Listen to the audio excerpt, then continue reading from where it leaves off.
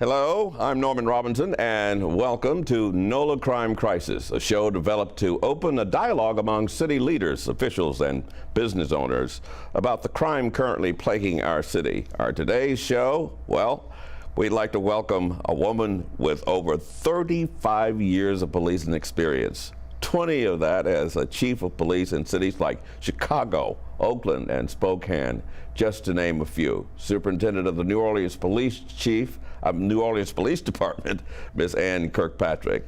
Welcome to NOLA Crime Crisis. Thank you for having me. I'm so pleased to be here, Mr. Robinson. Well, just call me Norman. I feel like we're old friends since we met at the Crime Stoppers board meeting a few weeks ago. Well, I shall. Thank you, Norman. You're welcome.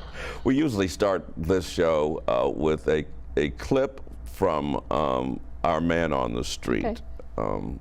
Interview. In this case, it's just one gentleman who's just setting the tone for what people are thinking about crime. So let's listen.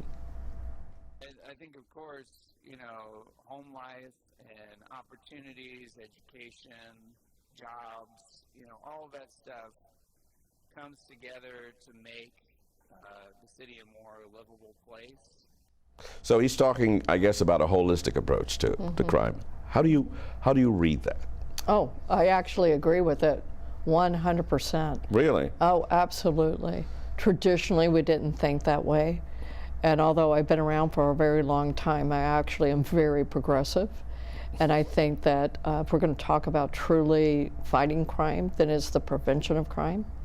And that means we have to look at upstream issues, why people even find themselves in a life of crime. Therefore, it's got to be holistic. It's got to be more than a traditional just enforcement of laws.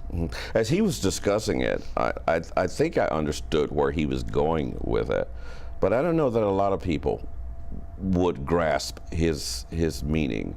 How do you break that down for the average citizen who is just frustrated about what's going on in just grasping at straws for some kind of solution?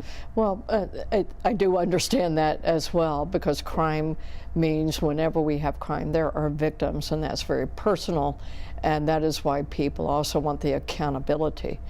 And so, but it's also at the other end of the spectrum. It's after that crime has occurred, then there is victimization, and therefore people want it stopped, and they want it, they want accountability as a result of that, and they don't want to be victimized. But that's after the crime has occurred. So there's another spectrum, which is, do we have a role in dealing with those environmental factors, those educational factors, those economic factors that we already know play into whether or not a person goes down the path of a criminal life. Now, when I talk to a lot of people, they say, well, you know, it's something that goes on in the home environment, and I don't think that's a police problem. What do you say to that? I don't necessarily agree. I think I tend to be more centered. You can't just be so black and white about these type of things. Can home life affect whether or not a person also goes to a life of crime? Or there are a lot of men and women who have decent home lives, and they still have someone within their immediate circle who may also choose to be a lawbreaker or to be a person who chooses crime. And yet it has nothing to do with that home environment, but you can't throw out one without the other, and don't do that. We need to be holistic about that. And as you're being holistic about that in terms of dealing with the general public, how do you deal with the problems inside the police department? Well, would you be a little more specific with me, Norm, about that? That's a big remark. I talked to some officers. I visited a cigar shop, and a lot of officers visit that same cigar shop, and they talk about morale problems. They talk about the problems that they face, the fear of doing something wrong and getting treated unjustly by their supervisors as it relates to the consent decree. Sure. Those kind of problems. Thank you for framing that. And those are alive, and they're well, and they're real. So let's break that down a little bit. Morale is an important issue. People, when they do not feel that they are valued, either by the public or by the people they work with. And typically those are your bosses. When you feel that you are going to be in trouble every time you go out, this is the nature of our work, is decision making. These officers are operating on decisions that they make. There are a lot of rules and regulations in a law enforcement officer's life. They get policies and procedures this big. And so what they're talking about, and it is real, I make a simple mistake, it is a human nature job, then they get a federal case of punishment. And that can be very discouraging. Or you come into this world in law enforcement and you think you're doing good and the person you're trying to deal with complains against you. That can also be very difficult for the officer. They think they're doing sometimes the right thing and it's not. And so it's a judgment business as well, with lots of guidance, lots of rules, but that's what they're talking about. Or the other issue in New Orleans Police Department has been opportunities. How do you get promoted around here? Exactly. Right, and those, when you don't see a future for yourself, because you're not connected or you don't know who's who, you think your opportunities are limited, and they have been. I've heard some people with police experience say that there's only one major. There is, correct. And that's not a good thing. You just got one major. Right. And they say that that's sort of a debilitating position for a police department to be in. How do you reconcile that? It has to do with the structure of the organization. So in this particular city, the organizational structure is that the top person, me in this case, superintendent, then you have deputy superintendents, and then under the deputy superintendent, we are to have a major rank, but we only got one person in it. And then you go down to the captains, lieutenants, sergeants, and so forth. So it's a paramilitary system, structure, I should say. So how do you plan to approach that? The city council asked me about whether or not I would do a majors promotional test, and I will follow through with that. And so in the new year, it's governed by civil service. I see. But the issue of bringing, following the rules of civil service, we will test for the rank of major, and that gives more upward mobility opportunities. In a force of this size, how many majors do you think that I think for the force this size would be three. Three. Would be what I would probably think is the best number. There always are balances though, and so I want people to understand that if you start promoting a lot of people up, do you have more people at the top of the ladder but not enough officers answering 911? Yeah. And so if people are promoting up but you don't have the staff to fill that rank officer's position, then yes, you give one or two people that opportunity to go up the upward ladder, but you also have a problem down here with not having enough staff answering 911. So it can also be a morale killer for that officer out here who is getting in trouble and being yelled at by the community. They're waiting 5 hours, but we just promoted someone out of the 911 queue to go up the rank. That can be a morale killer. Let's talk about it's all about a balance here. Let's talk about the 911 issue. There was some controversy, for lack of a better word, surrounding the 911 system when 3 children were extinguished, I should say. They lost their lives in a house fire because their father allegedly set fire to the house, and then there was an issue with 911 and police response. Right. And you have initiated an investigation. I did. It is a very serious issue. We need to look at how was the call received, which is not under my control, as you know, it's not under the police department. So dispatch is not under the police department, so I don't have control of that. But it should be a systemic look into how, when the mother called, how was the call taker, how did she or he receive that call? What information did they forward to the dispatcher?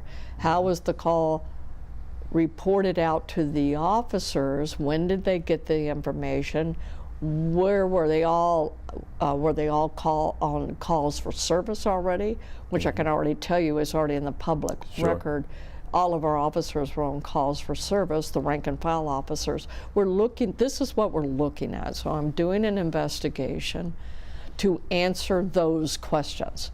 That investigation is not over, but and I said that when it is, I would come back and show the results. But it's a systemic look. What happened? And if officers are on calls for service, when did the call come in? All of those things have to be looked at. But it does involve the communication division, which I don't have control over, as we know. But to the extent that I can, we will look at that point as well. Will you be offering suggestions down the line about what you think would make a more effective, or should I not disparage the communication system, what would enhance? Yes, I can already tell you, and we are in partnership with the communications director. This is about were there errors that have to be corrected, or were there no errors, but we need to do the system differently. I will tell you already that the communications system, the dispatchers, so I want to use street language so people understand. The dispatchers dispatch to the officer on the street through a radio. Right. During this time period, the communications division had gone to a plain talk way of dispatching. That is not a historical way that is done in this police department. In this police department, like so many around the country, we use a code system, not plain talk. I'm very familiar with that as a reporter. You're probably familiar with that. I have my police scanners. There you go. So we aren't even waiting for outcomes of the investigation. It is clear for this particular police department that the better, more approach is to go back to the codes. To the code. So we know that. We know that that played a part in this concern and issue. So we wanted to change it immediately. So and that is also in partnership now with communication. Okay, we are the director of our communication division. We are not at war with each other in any kind of way. We are, what can we do? Because we got to have each other. So we were all in agreement. We need to go back to the old system. So how are you approaching this monumental task? There are a lot of people having a conversation about this petite, dainty lady who's taken on this gigantic behemoth of a challenge to turn around a police department that is facing a rising crime rate and a shrinking police force. So how is Superintendent Kirkpatrick dealing with that? Well, it's about leadership, and leadership has to do with character traits. Character traits. And this is what people decide, whether or not you're worthy to follow. It really has very little to do with rank in many ways. Rank is power. However, leadership is, I believe you're legitimate. And what they're pinging off of and assessing whether or not I'm worthy to listen to, not just obey, but listen to. Do I know what I'm doing? I've been around for over 35 years. I know most of the issues at hand. I've already, so the seasonedness, I know the questions, I know the directions, I know how to, have you ever worked for someone who can't make a decision? Yes, it's frustrating. Very frustrating. So leaders, you might be in rank, but you can't make a decision. Well, we're not going anywhere. I can be decisive. Typically, I know the questions to ask. I am emotionally stable. I'm neither high, I'm not low. I am courageous. I speak my mind. I am a truth speaker. I'm confident, but hopefully not cocky. These are character traits that, do you care about the people who work for you? Do you actually care about them? I do know, and it's an axiom that is not mine, it's universal, but people really do not care how much you know until they first know how much you care about them. So I come to the table with a lifetime experience of day in, day out, trying to build those character traits in my life. Men and women, that's what they're pinging off of.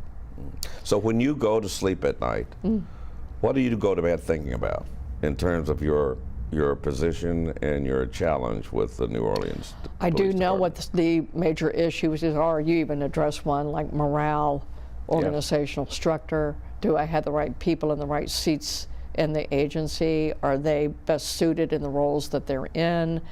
And obviously crime is the #1 issue. What are our strategies? So when I go to sleep at night, I'm usually thinking about my top 3 big issues, and I have 3 big ones. And they are?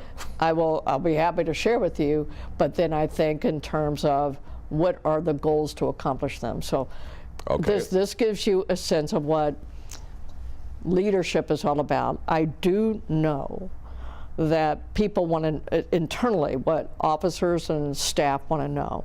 Where are we going? Are we going anywhere in this agency, or are we just doing the same old, same old? People want to go somewhere. So you must define, and that's why you have 3 major goals, and I will hit those in a minute. Secondly, they want to know, what's my role in this? Just tell me what to do, right? And then thirdly, they want to know, how are we going to get there? And that's strategy. So that's what I understand. So here are the 3 main goals. Okay. Okay. Goal #1 for the city of New Orleans is this crime problem. That's great. That sounds wonderful to say crime. Your show is about crime. Yeah. But can we be a little more granular? So I will be more granular. I'd like that. So when we talk about crime in this city, the very first crime that I will be targeted are strategies toward gun violence. People are losing their life in this city. The homicide rate in this city, as everybody knows, New Orleans sat as the #1 city in our country last year. People are losing their life. And so how do most people lose their life in this city? Gun violence. So all #1 focus for next year in the crime arena will be a laser focus, very precision-based strategies dealing with gun violence. So you will be developing strategies. Do you have something in mind Oh yes, right now? absolutely. So this is where seasonedness comes from experience. What works in some cities don't work in every city, but we do know that an Operation Ceasefire strategy is the strategy I've seen implemented with tremendous results when I was with Oakland. Okay. Now, Ceasefire. Ceasefire. It's called Operation Ceasefire. Okay. Now, the mayor, our mayor, Mayor Cantrell, back in 2022, the top of the year, she had put together a gun reduction, violence reduction strategy. That strategy is the plan that had been developed in New Orleans. That plan has a lot of Operation Ceasefire in that plan. I see. So her policy advisors, the city council, have people who develop policy plans. They're looking around the country at cities that have results from strategies. Oakland used an Operation Ceasefire strategy that was developed in Boston. Okay. I'm sending a team of 5 people in 2 weeks to Oakland. I want them to see the implementation of that strategy, combine it with the mayor's existing plan, because it's centralized for New Orleans, and we're going to come back and implement that strategy here, along with the strategies that have been working already. Okay. Because our city does know we have a downward trend. Sure. That is based on strategies from earlier this year. We're not going to get rid of those strategies. We're going to add strategies. We're going to have more than one approach. All good coaches have a couple of game plans. They have a couple of strategies at any one time. So that is goal number one. Okay. Goal number two. Obviously, retention and hiring and recruiting impacts crime. Obviously. Obviously. So we have to literally hire more people. The strategy there, though, matters, because I think I can speak for our rank and file and all staff in our department, I will not just hire someone to hire someone. You must be the best of the best. I'm not going to give a gun to someone who's going to make decisions over someone else's life unless you are truly a fit for this police department. So a lot of people who want to be police officers, there's no way I'm going to give them a gun. It's not happening. So you have to be the best of the best. There will be no compromise. But there are also strategies about how to recruit and then retain the officers that we have. That was goal number two. Okay. Goal number three is moving into, hopefully this year, prove to the court that the New Orleans Police Department has achieved the reform measures that have brought us back into being a police department that by business we constitutionally police, that we ethically police. Once we show that to the mayor and prove that to her through all the efforts that we have gone through, then the court, the judge, has the ability to put us into a 2-year kind of probation period where it is called the sustainability period. We would, as a police department, for 2 years, self-regulate under the reforms that have been established. That is the goal this year, is to be able to say to the judge, we can do it on our own. And please watch us for the 2-year period. That's the sustainability period. That's a big goal, because it's not an issue of getting out of the consent, it's an issue of proving we are the product of being under consent. It's a different message. It's not getting out, it's showing we have arrived. Now, what do you think the likelihood of that happening is, if on a scale of 1 to 10? Good. I think it's good, because our reform efforts are delineated in a 400-paragraph document that can be measured. So have you met this paragraph? Have you met this paragraph? And we prove that to a set of federal monitors on a weekly basis. We go through our paragraphs. What do we have to do? What do we have to do here? Well, you need to train your officers on this, or you need a policy on this. Okay, so we, in response, say, oh, here's our policy, here's our training. And we had 400+ paragraphs. And so you have to prove that not only do you have that, but do you live that? That's the transformation. Do you live it?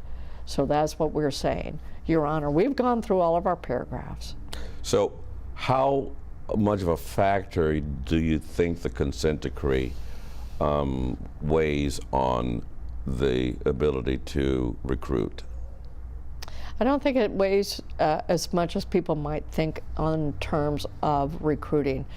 Most people who are going to apply to the police department don't even know what a consent decree is. So I don't think it's really high on their agenda of understanding. These are men and women who are looking for an opportunity to be a police officer.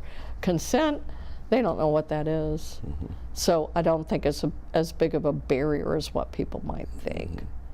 Does it have an impact on, has it had an impact on some morale issues internally? Yes. Once people are here and they understand it and they live through it. But again, a recruiting factor, I don't think it's a barrier to most people. They don't know what it is. So this is not something that causes you a lot of worry, the recruiting? Not the consent and the recruiting, no.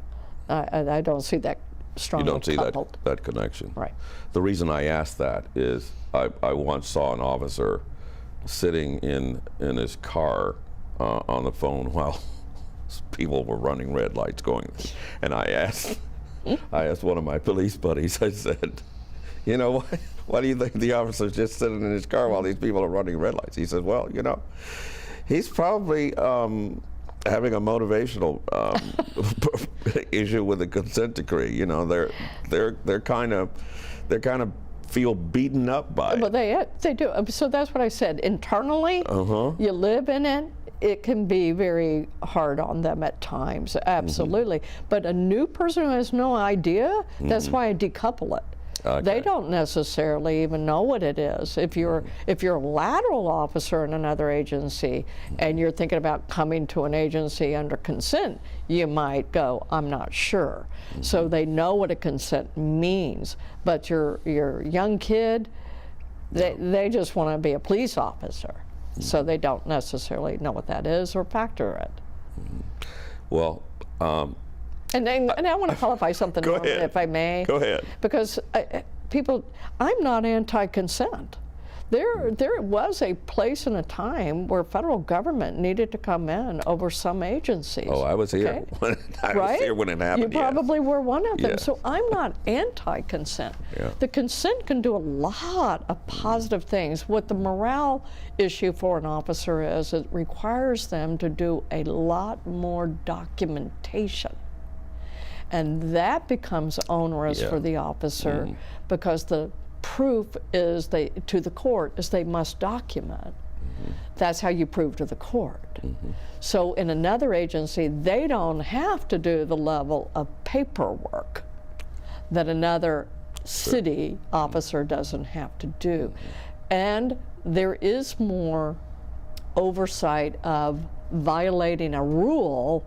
You're going to get way more documented on that violation, where in another city, the sergeant can take you down to the parking lot and say, don't do that again. We can't do that here. We document the smallest of violation, and that is a morale killer. My last question. Do you see yourself succeeding in this role? I do. I wouldn't come here to fail. I'm going to give it all that I have to give to this city. You've given me the honor and the privilege, but I don't run races to lose. I've always been an athletic person. I enter races to win. I enter races to cross over the finish line. I don't enter a race thinking I'm not going to if I didn't think I was the right fit, I'm already retired. I don't need to run a race in vain. I'm not going to run a race in vain. Well, I admire your fighting spirit.